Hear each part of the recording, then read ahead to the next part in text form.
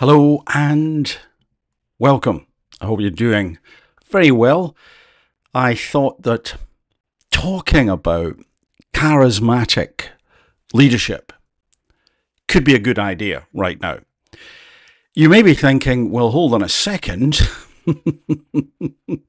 don't, uh, don't we need a charismatic leader or some charisma around in terms of leadership, whether that be in business, whether it's perhaps where you work, or of course, in terms of politicians?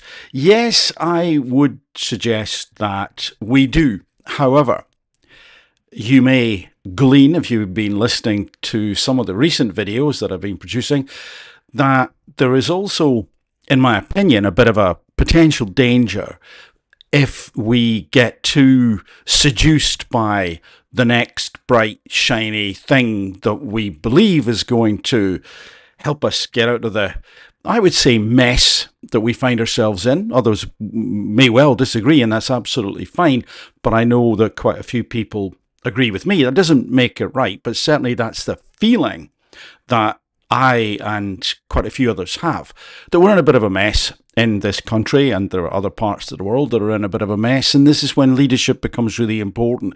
It becomes important in schools and in education. It becomes important in the community. It becomes, well, it always was important in those areas, but perhaps I should say it becomes even more important to get it right. There's less room for error. There's less of a margin of error before things can go really badly awry, because in some ways we're on a sort of finely balanced point here in terms of economy, in terms of morale, in terms of mental health, in terms of services that, like the NHS. And so clear, concise, ethical, moral, servant type leadership, transformational type leadership as well, is required. And in the midst of that, we do need charisma.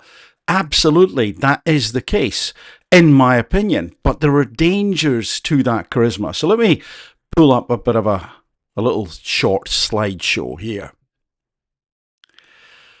Now, hopefully you can see that slide, the dangers of a charismatic leader.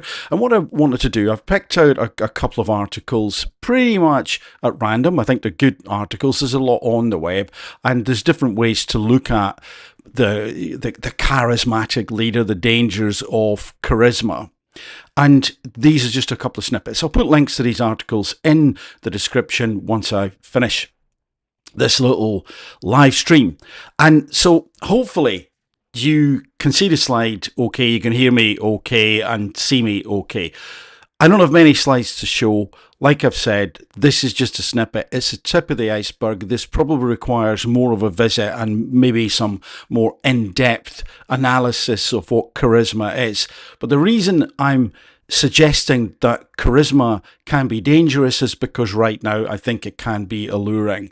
As I've said, a lot of us are looking for something. We sense that we need a leader, and more correctly, I think a group of leaders, a leadership team, perhaps in different areas, different sectors, to help move us forward to a more prosperous and peaceful future. Anyway, let's begin with our little articles. This is from this particular article. Again, link I will put in the description as soon as I can. And it begins, charismatic leadership can be a double-edged sword.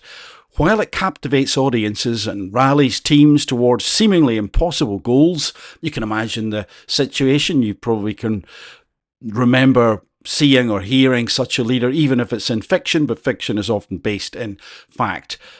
While it captivates and rallies towards impossible goals, which is one of the key features often of a charismatic leader, it also harbours hidden dangers that can unravel the very fabric it seeks to weave. And I think that's so well written. It's such a good sentence. Moreover, charismatic leaders often thrive on the adoration and validation from their followers, which can foster an unhealthy dependence on external approval. And this unhealthy dependence is this talking about the leader, that the leader can become unhealthily dependent on that validation, on that following, on that sense of kudos, and to a degree sometimes, although it's very, I think, wrong and ultimately can become toxic, but worship, which I don't think is a good thing.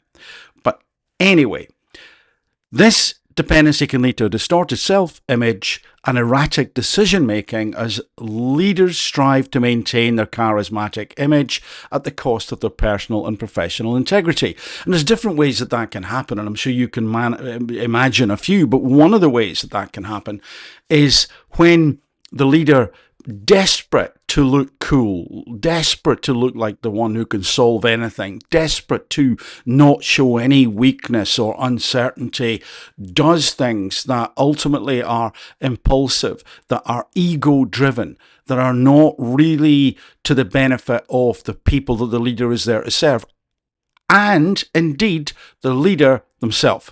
So I hope you can perhaps get the sort of, not the subtlety behind that, because I'm sure you can get the subtlety, but link it to where you may see that today, where you may have seen things happening in any sphere, and where, perhaps most importantly, we could find ourselves in a situation where the leader is so worshipped and adored, and they're the individual who's going to save everything. And because of that adoration and a lack of criticism and a lack of critique and a lack of balance in how we view them, because very often it's a lot to do with the followers, that we just think, wow, do what you want because we just need somebody to save us. No, we need somebody to lead who understands they're there to serve. There is a difference, and that difference is very important. Anyway, let's go on. As they become more entangled in the web of their crafted persona, a risk of altering group dynamics increases significantly, setting the stage for more systemic problems within the organisation. This, I believe, also is really important to pay attention to. As they become more entangled in the web of their crafted persona, the problem solver, the demigod, the almost deity. And remember that that persona can only really be crafted in a way that it has some kind of meaning and impact and influence in the real world if we buy into it. It's one of the reasons that I say again and again when I talk to people in person, don't deify leaders. Don't do it, because there aren't many deities around. And of those that are there, well, they don't need to be in those positions because there's something different entirely. And when we blindly accept someone because they're so charismatic, they're so cool, they're so good, then we do ourselves and them a disservice. That doesn't mean to say that everything should be filled with angst and arguments and fighting. Not at all. I think we want to make things as peaceful and easy, as smooth as we possibly can. But we've got to, it's almost like reserving judgment. It's just to like hold something back. And as I've said before, yes, sometimes we've got to say to ourselves, well, they're better than the alternative. Fair enough. That's probably healthier. It's not a great situation, but it's probably psychologically healthier for us rather than this blind obedience and worship that some people can get into. Again, that does no one any good. And the idea with the group dynamics altering is because more and more and more can be moved towards the leader themselves. That the leader becomes the answer to everything, and people get sidelined.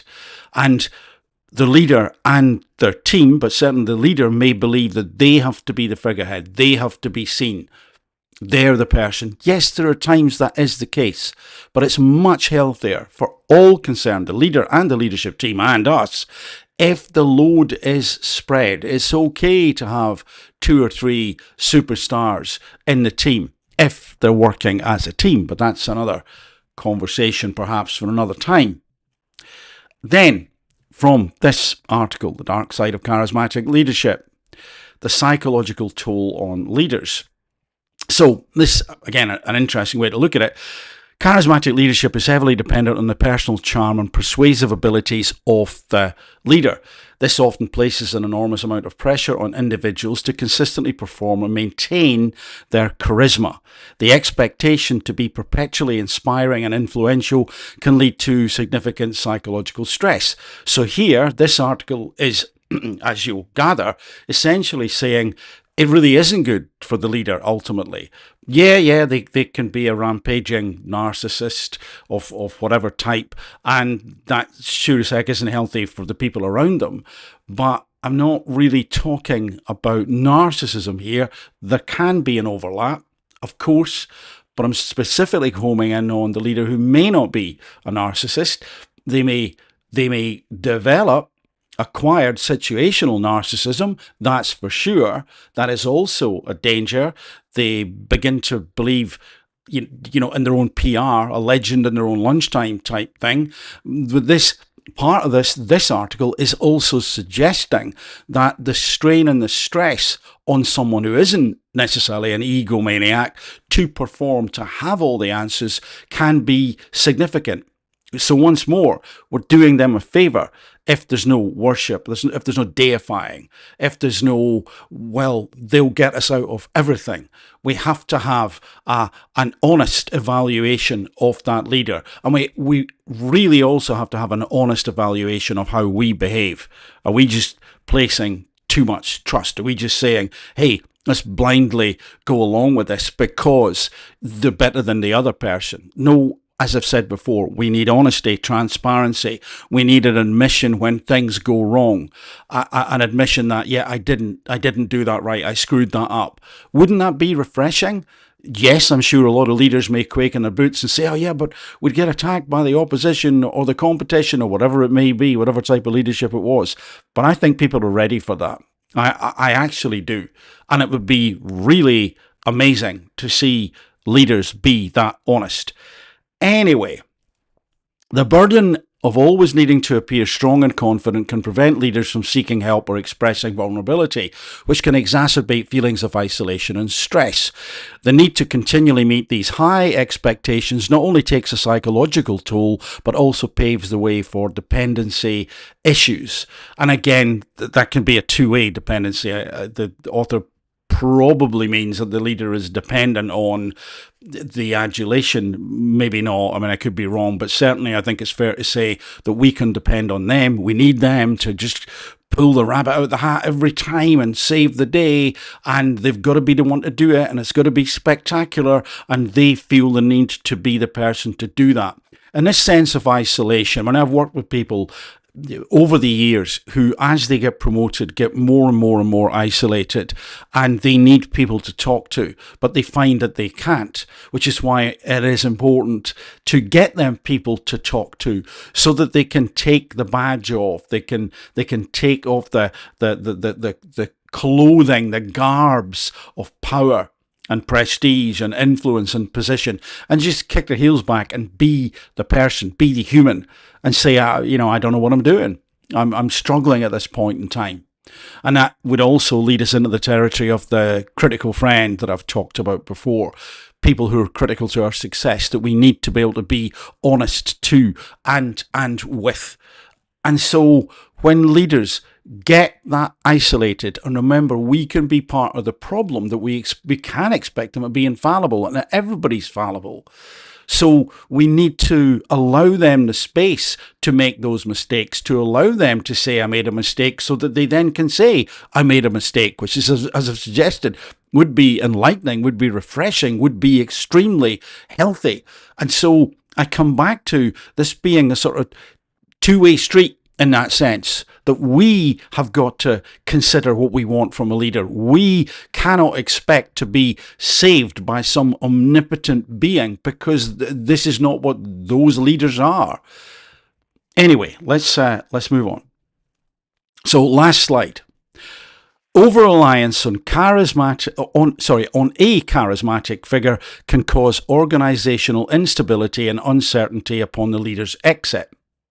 Yeah, and that's a good point, isn't it? If you think about it, it can be in business, can be in community, can be in sport, definitely can be in politics. So if someone heads up a party or heads up a position in a party, then if this sort of talisman type effect is so strong that it's just them and only them, that when they leave or they just change positions, it can have a really unsettling effect. Now, I'm aware that I don't think we'll remove that entirely, because people have their favourites and they really want to, once they have a sense of someone being a safe pair of hands and decent and ethical and moral and honest, they want that person to be there for a while. And it is unsettling when they leave. But I come back to my other point.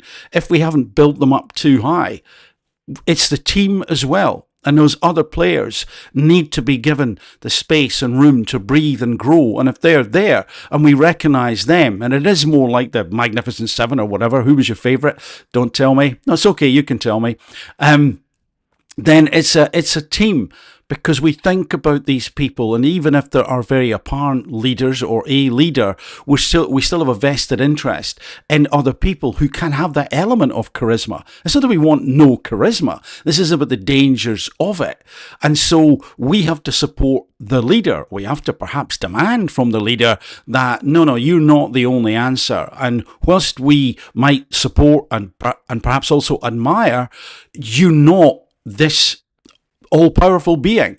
So we need to see some teamwork, and we need to know that you have a structure and you have a plan for when you decide to go. This cannot be all about you. It cannot be all about your ego. And maybe you'd even be better as the second in command or part of the team and saying, this individual's going to head it up. Now, how would that be in terms of a charismatic team rather than one individual, which is fraught with dangers? Some of them we're talking about here.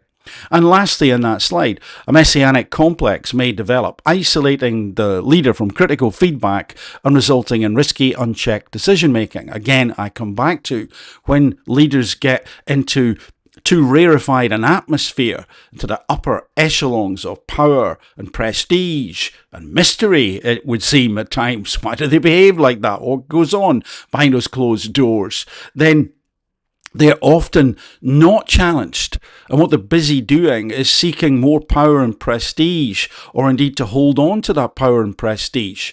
And when that happens, they're not in a good space. That is not a balanced individual.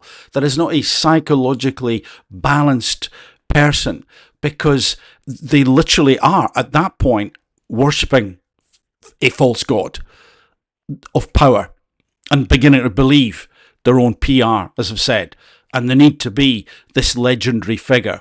Absolutely, inherently unhealthy. So, what I believe, we'll just come back to that screen. What I believe that we have to do is to be aware, to be very aware of who we have around us and what we have around us in terms of teams, in terms of people offering things, and to look at the current situation and to not make the mistake, because someone may be charismatic in one way, that they have all the answers. To not make the mistake that because someone may look like they are just absolutely incredible and the absolute shoe-in for what we want, that is unlikely to be exactly the case. There are generally caveats. There are generally flaws in people, and so it is not to say that we shouldn't have. We don't want to get the ideal person, but the ideal person is not necessarily the perfect person. Maybe that's a good differentiator for all of us to bear in mind. The ideal person isn't the perfect person. The ideal person is the ideal person compared to this other or these other choices that we may face going forward, but they're not the perfect person. And I would add into the mix that the ideal person is also not the one person on their own, because the ideal person, well, let me put it this way. if you had an ideal person here and an ideal person here, and this ideal person has no team, there's nothing, there's no obvious successor, and they seem a little bit dictatorial and a little bit egomaniacal. This ideal person here, not much to choose between them, seems to have it sussed. They seem to have succession planning. They seem to have a team around them, several of whom could step up to the plate and lead this particular enterprise, whatever that enterprise may be. So hopefully you can see, ideal but not perfect. Do we need some changes? Yes, absolutely. Do we need a bit of charisma? Definitely. But we have to go in with the critical thinking brain switched on, and also go in with eyes wide open and say, okay, who is ideal or most ideal or closest to the ideal, but recognizing they're not perfect. And yeah, if you're thinking that right now, I probably agree. And what you may have been thinking was, but my goodness, almost anybody would be better. Yeah, but as it will be the case going forward, and perhaps in not too distant future, but certainly not 10 years away, we will be given that choice. So let's make sure that we're smart in terms of how we think about who we should support. So let me put it that way. I don't want to make it too political, because I did say this can be about other leadership positions, but obviously in terms of politics, yes, who we might vote for. Let's get the right person. Let's not get carried away. Thinking critically, logically, in a nuanced way, all the subtleties weighed up, but not in an emotional way, a simplified way, because that can lead us into trouble. And it's tempting. I know it's tempting. But as I say, eyes wide open, ideal but not perfect. Ideal, recognizing that not only may they not be perfect, we know what flaws they have, but that gives us the opportunity as well to dialogue with those individuals and to demand some of those things that I said already. Decency, respect, authenticity, transparency, honesty, morality, ethics. Not too much to ask, I don't think. Anyway, don't think there's any comments. Odd time of the day again. Been busy. Just managed to jump on. Thought I'd share that with you. I hope you enjoyed that. And I hope you're enjoying the content. And we'll maybe delve into charisma in more detail if you'd like. So for the moment, from me, bye for